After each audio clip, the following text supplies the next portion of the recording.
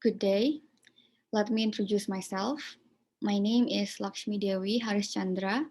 I'm majoring in International Relations, batch 2019, and I'm from International University Liaison Indonesia, or short as IULI. Today, I'm going to talk about poverty with the subtopic how poverty could pose a threat to security, which include in security studies subject. Before we go into the subtopic, we need to know the definition of poverty. So, what is poverty? Poverty is a state when a person doesn't have enough money to provide the three basic needs, which are food, clothing, and shelter.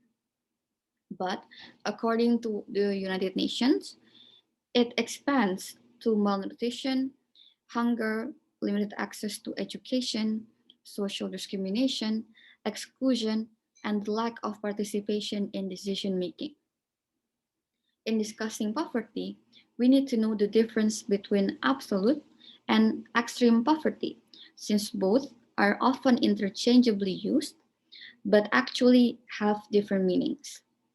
So, the first one, absolute poverty, is when a person doesn't have the capacity to fulfill its basic needs, which range from food, water, shelter, basic education, and basic medical care.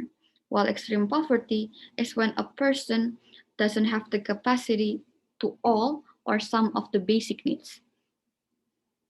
Before the pandemic alone, extreme poverty comprised about 10% of the world population, and there were 122 women aged from 25 to 34 living in poverty for every 100 men of the same age group, and more than 160 million children were at risk of continuing to live in extreme poverty by 2030.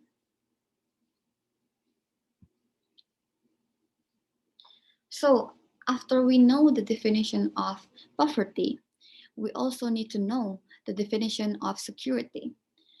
So, what is security? According to Barry Buzan, security can be achieved when people are free from threat and able to preserve their independent identity and integrity when being faced with hostile changes, with survival as its essence.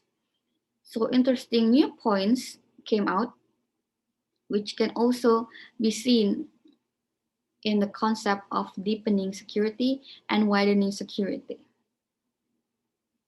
So, in deepening security, it tries to break down traditional security concepts that previously linked only to the state, which reduce the complexity concept of security that actually exists. In deepening security, instead of one, there are three levels of security, which are individual, states, and international, from previously just state. In widening security, it is when the focus is not only to the military sector, but also other sectors like environmental, political, economy, and also social sector.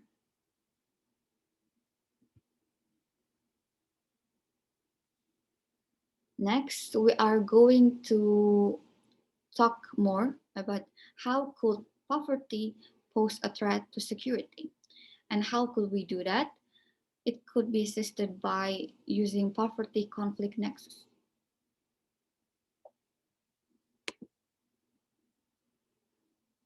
In poverty conflict nexus, poverty is seen as a cause of a conflict, meaning it is not the sole cause or the cause, but it is one of the cause of conflict. In poverty, as has been mentioned before, is the condition of not having enough money to provide the basic needs, which not only food, clothing, and shelter, but also poverty defined to malnutrition, hunger, limited access to education, social discrimination, exclusion, and the lack of participation in decision making. In the poverty conflict nexus, the discuss the term poverty is extreme poverty.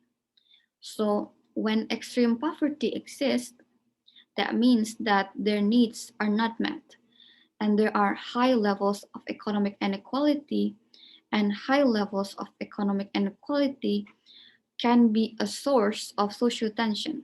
For example, people are questioning the leadership of the existing government, and high economic inequality can also strengthen the tendencies to violence. The example are riot everywhere or when people decided to join rebel groups, which can harm the national stability or the national security. And in discussing the South African conflict in 1992, Baker highlights, among other issues, about the linkage between poverty and violence. He mentioned that while the causes of the violence are complex, it is clear that violence, poverty, and inequality are linked. He also mentioned that socioeconomic deprivation and intense competition over scarce resources intensify political rivalry and deepen racial and ethnic antagonism. So, to make it easier to understand about how poverty could pose a threat to security, we can use a case study. In here, I choose a case study of Somali pirates. So before we jump in the Somali pirates, we need to know the situation in Somalia. So before, many Somalis are nomads who earn a living from their flocks, but because of natural disaster, it have wiped out a large portion of their livestock, leaving them stranded with no alternative income to support their families. So the natural resources leave the country with the income gap between the minority elite and the poor. Those who are in abundance of ideas and resources are thriving entrepreneurs, which also the minority elite. And in practicing their business, they are tax free, while the majority can hardly make both ends meet. It is from the remittance from the Somali diaspora community and aid from international humanitarian organizations that keep the economy going. In Somalia, they have the freest liberated open market economy in the world, with no central bank to control money supply, set interest rates, or control inflation. In Somalia also, economic policies are balanced by demand and supply. So after the natural disaster or the Cold War, many Somalis fled to other countries. And there is also people who have stayed in the country.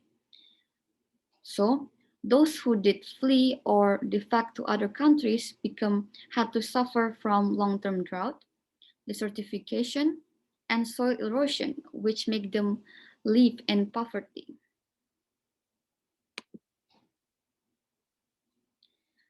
So next we're going to talk about Somali pirates. So what happened?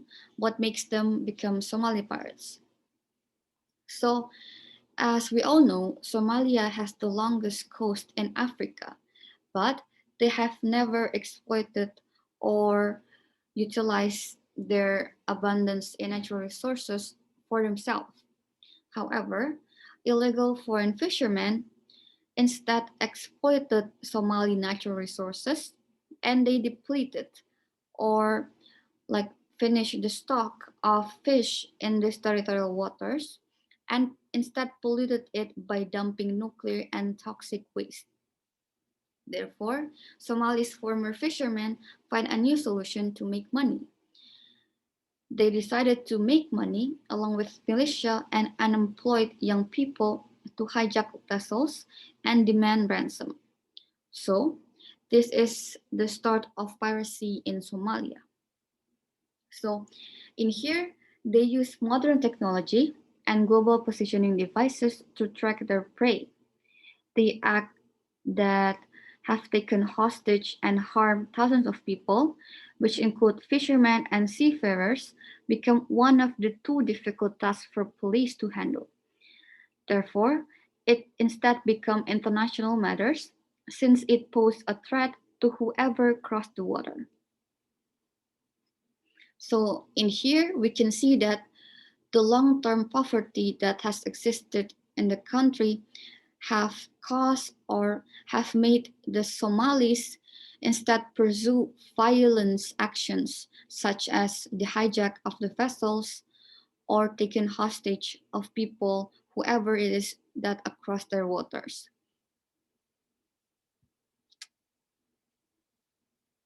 So that is all for me.